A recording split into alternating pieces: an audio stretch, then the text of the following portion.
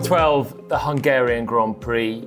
The Hungaroring, traditionally a very difficult track to overtake, and we've had some processional races, but this one was pretty good. It was two teams, two rivals fighting out for the win, decided in the closing stages, and it had me on the edge of my seat anyway for the Grand Prix. But it could have been three drivers fighting it out. We lost one of the main rivals pretty much early on, Valtteri Bottas. Let's have a look at that one first. So lights out, and Verstappen gets a good enough start from his first ever pole position, and he's made a couple of bad starts recently as well, so this was crucial. But still he's under big pressure from Bottas and Hamilton with three wide into the first corner, and Bottas has a big front right lockup. And now Bottas is under pressure from Hamilton into turn two, and turn two can be a good overtaking place inside or outside. But again, Bottas has a left front lockup this time, so he's locked both front tyres. Hamilton came from further back and swept around the outside. You question, was he too low on tyre temps potentially? Was that the beginning of his downfall? Because didn't seem to have the front grip, no confidence under braking. So Hamilton's done the move around the outside of turn two, and his natural momentum takes him a little bit wider than Bottas is expecting at turn three. And Bottas just has to catch the car. It's very difficult to see if there's contact or not. Maybe there was just not, but it's by a matter of millimetres. Either way, he's got away with this one, but it does put him wide. He's had to blend out of the throttle with it as well, and that means Charles Leclerc in the Ferrari is going to get a big run on him. And this is where Bottas' race really comes undone. Contact, left rear of Leclerc, front right of Bottas, the front wing of Bottas. Now, Leclerc doesn't need to move over as much as he did here. He's got the momentum because Bottas backed out of the throttle at turn three. Leclerc was going to sweep through without squeezing Valtteri Bottas, but he does squeeze Bottas. And if we go on board with Bottas, we can actually see he just starts to angle the wheel slightly to the right to go back towards what would be a more conventional racing line, very, very marginally. There's a little bit of space to his left, and they touch, and immediately Bottas turns left and avoids further contact. On board with Leclerc, and you can see how much of a run he gets as well on Bottas. As Bottas goes wide out of turn three, Leclerc's coming through, and the closing speed is really big. He doesn't need to squeeze Bottas. Now Leclerc doesn't really turn left either, but the natural curve of the track at this point is to the right, so Leclerc steering straight is kind of squeezing Bottas in itself, and they touch. And actually, as soon as they touch, you can see Leclerc move his head to the left, check the mirror, and see that Bottas is really still there. Leclerc's very lucky. For me, he's clearly the aggressor here. He doesn't need to do what he did. He's put a squeeze on Bottas. Bottas had a little bit more space. I don't think he was expecting the squeeze. Bottas, unlucky to have front wing damage like that. It was vibrating around and then collapsed a little bit on the right-hand side. He was going very slow, had to pit. Leclerc, the amount of times that sort of contact happened, we've seen punctures. That could have been him to the back of the field as well. He's purely very, very lucky in this case. He got away with it. It meant that we have one Red Bull and one Mercedes, Hamilton and Verstappen, fighting for the win. And the first moment we get is lap 36, and Verstappen kept coming across back markers. Now, this time, it's Alexander Albon that's the back marker, and Verstappen didn't have DRS. He must have been just a little bit too far back coming across the detection point, and that meant Hamilton had a big closing speed, double slipstream and DRS. And Verstappen first, this is the first time he has to defend. Hamilton roared up to the back of him on hard tyres, but I think he just goes in too hot, nearly actually just falls off the side of the track, and you felt it was a matter of time really here. It was really, lap 39. This time Verstappen has DRS. They're both lapping Daniel Ricciardo, who did a really long first stint. And he has DRS, Hamilton has DRS, but Verstappen defends turn one, and Hamilton goes for the outside line. Now, because there's double DRS, there's DRS into turn one, there's DRS out of turn one, the switchback can work pretty well here, and Hamilton, with the better tyres, having pitted later, has a bit more grip, opens the DRS on the exit as well, but Verstappen's still got it, which is crucial. Hamilton goes for the outside, but Verstappen's wise to the outside move here. He goes in really deep, but it means that Hamilton gets another switchback out of turn two. It's brilliant racing, and they go side by side up towards turn four. If this move had to come off for Lewis Hamilton, one of the best moves I've ever seen. It's just not an overtaking place to go around the outside for the lead of the race against a man that is desperate to win everything he can. He's not really in title contention. It would have been incredible, but it was too ambitious. Ultimately, Hamilton, just a little bit too much speed carried in, and he goes wide. even if he had kept his foot in, he's off track limits clearly, and that's not allowed. And Mercedes, at this point, have a stroke of genius. They wait for Hamilton to get back within a second and then pit him. Verstappen now can't do anything. He's just a sitting duck there on hard tyres till the end of the race, and it's just a waiting game at this point. Can Hamilton catch Verstappen? And if he can, what sort of tyre life have either of them got? Because Hamilton's no doubt pushing flat out on a set of mediums as well.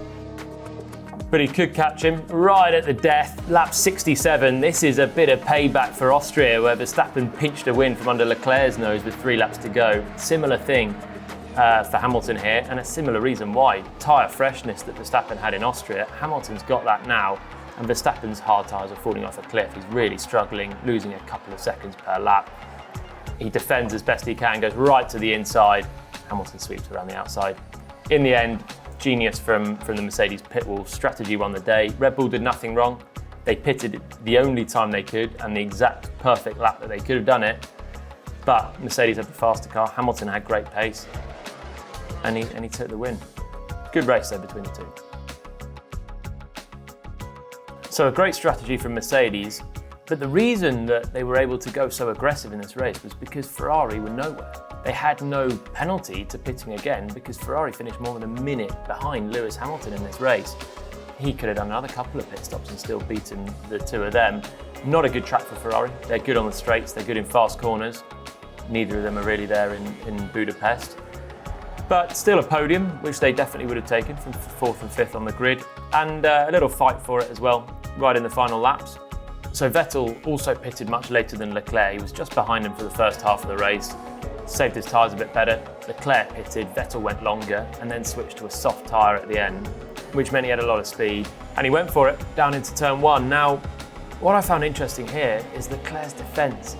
Vettel kept his foot in, went more to the inside, right on the limit of the brakes, both of them, and they almost touched as Leclerc tried to hang it around the outside.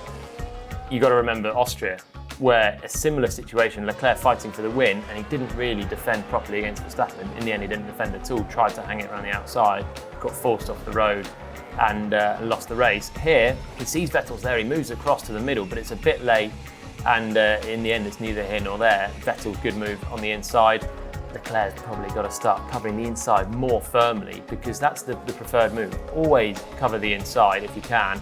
The switchback, maybe Vettel would have come through anyway, but he's had the lesson before from Verstappen in Austria. Silverstone, he was racing really, really well with Verstappen, but with his teammate here, certainly no team orders. He wants to keep the position. He defends it aggressively late, but not enough. We've got good racing throughout the field as well, really, and one of those scraps was between Kevin Magnussen and Daniel Ricciardo. So lap 55, and he's attacking Magnussen with DRS in towards turn 2. And he tries to sell the classic Ricciardo dummy. Goes to the outside, Magnussen moves to the middle of the road. Door looks like it's open for Ricciardo, but he doesn't quite commit to it down at turn 2. Probably a good thing because there was barely a space.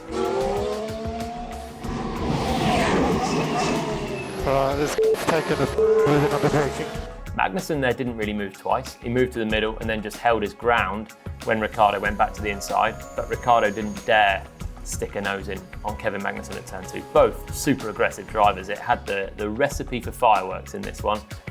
So the battle rages on, Ricciardo getting frustrated, and lap 57, 2 laps later, he has a run down towards turn 1, and Magnussen sees it coming and comes across pretty late, defends the inside hard. Ricciardo doesn't like it, complains on the radio, he's had to back out of this one. And Magnussen, again, keeps the position. Ricciardo, in the end, neither here nor there. He doesn't manage to get the switch back either, doesn't manage to come up the inside, and Magnussen lives to fight another day. But actually, from the onboard shot, Ricciardo's not that close to Magnussen, and Magnussen does move just before the braking zone, but Ricciardo's too far back on this one. I don't think there's anything too dangerous here from Kevin Magnussen. Ricciardo can go to the outside, he tries to look more inside, but Magnussen covers it off. It's hard, but for me, it is completely fair, this one. And this battle kept going right to the final lap, the final corner even. Magnussen struggling on his tyres, and they're in a bit of a queue and a bit of oversteer. Ricciardo thinks about an overtake on the inside, really, really close, and he doesn't make it through. Ultimately, would have been a pretty good move to make it through, would have been catching Magnussen very much napping at the end. He didn't, and his frustration was absolutely clear to see as they crossed the line. there were some brilliant drives throughout the race and the race weekend as well. Carlos Sainz finishing 5th. Fantastic effort for him to be ahead of Pierre Gasly as well in the Red Bull. Vamos, tío! Oh. Vamos! Kimi Raikkonen 7th. Another good race from him. And he managed to hold off Valtteri Bottas at the end as well. George Russell in the Williams, finally, they've turned up. They were out-qualifying both Racing Points and Daniel Ricciardo. Russell, cracking job. Still not quite the points. They need another little hit of pace, but it's encouragement for Williams. And Alexander Albon got a point in the Toro Rosso, and he had some nice scraps on the way through as well. So on the first lap, Albon and Kvyat, they have this nice battle all the way through, and it begins straight away. Albon qualified 12th, Kvyat 13th, but Kvyat's ahead on the exit of turn 1, and they get really tight with Nico Hülkenberg on the inside as well. Albon's on the curb coming into turn 2 on the outside, and Kvyat's the one that loses out here. He goes really wide, too quick in, and loses the place to Albon. But he's got better pace in the first part of the race, Daniel Kvyat, and he makes a good move down into turn 1, late on the brake, good commitment, lap 19, takes the place back from his teammate, but it's not going to be that easy. Albon fights back. They go wheel to wheel through turns 1 and 2, and this is brilliant driving, real respect from the two teammates. Here at turn 2, Kvyat on the inside, Albon on the outside. Now, according to the Austrian laws now, you're allowed to force the driver on the outside off if you have a little advantage, which Kvyat did here. They do go side by side through turn 2. They could still go side by side through turn 3 as well, even though Kvyat goes a bit wide onto the Astro. And ultimately, he does force his way through at turn 4. But brilliant wheel to wheel through 4 corners. This is true racing, in my opinion.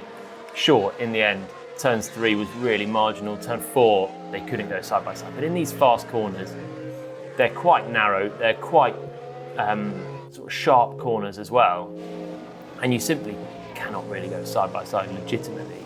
You'd have to go so slow to achieve that. But in turns 1 and 2, you can. It's positioning the car more, and that's what we want to see. Good, fair racing from the two. And in the end, Daniel Kvyat, he got the place. But the roles were reversed. Lap 62, we're right in the end of the Grand Prix. It's all kicking off, and it's kicking off between the Toro Rossos as well. This time it's Albon now on the attack from Kvyat, and this is a really nice move from Albon, right around the outside. Kvyat probably thinking that it was going to be a switchback again, which we've seen so many times, and Albon just carries the speed, defends into turn 2, lock up as well. He carries a lot of speed, making sure that Kvyat doesn't hang it around the outside as he had done to his teammate earlier on. They're learning all the time, these two drivers, and this time Albon, no mistake, he's through. He catches and passes Sergio Perez as well and finishes in the points. 10th place, good effort from him.